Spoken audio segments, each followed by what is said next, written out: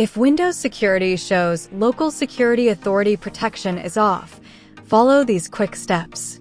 First, if you are using Windows Pro, press Windows + R, type gpedit.msc and press Enter.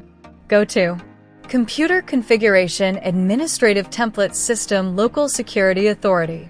Double-click Configure LSASS to run as a protected process. Select Enabled, then choose Enabled with UEFI lock from the drop-down menu. Click Apply, then OK, and restart your PC.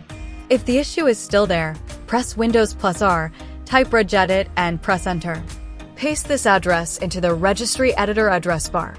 computer_local_machine/system/current_control_set/control/LSA. On the right side, find RunAsPPL and RunAsPPLBoot. If they don't exist, right-click, select New D-Word, 32-bit, value, and create both names exactly. Open each one and set the value data to 2, then click OK.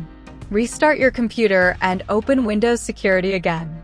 The Local Security Authority Protection is off. Warning should now be gone. If this video helped you, don't forget to like, subscribe, and turn on notifications for more Windows fixes. Thanks for watching.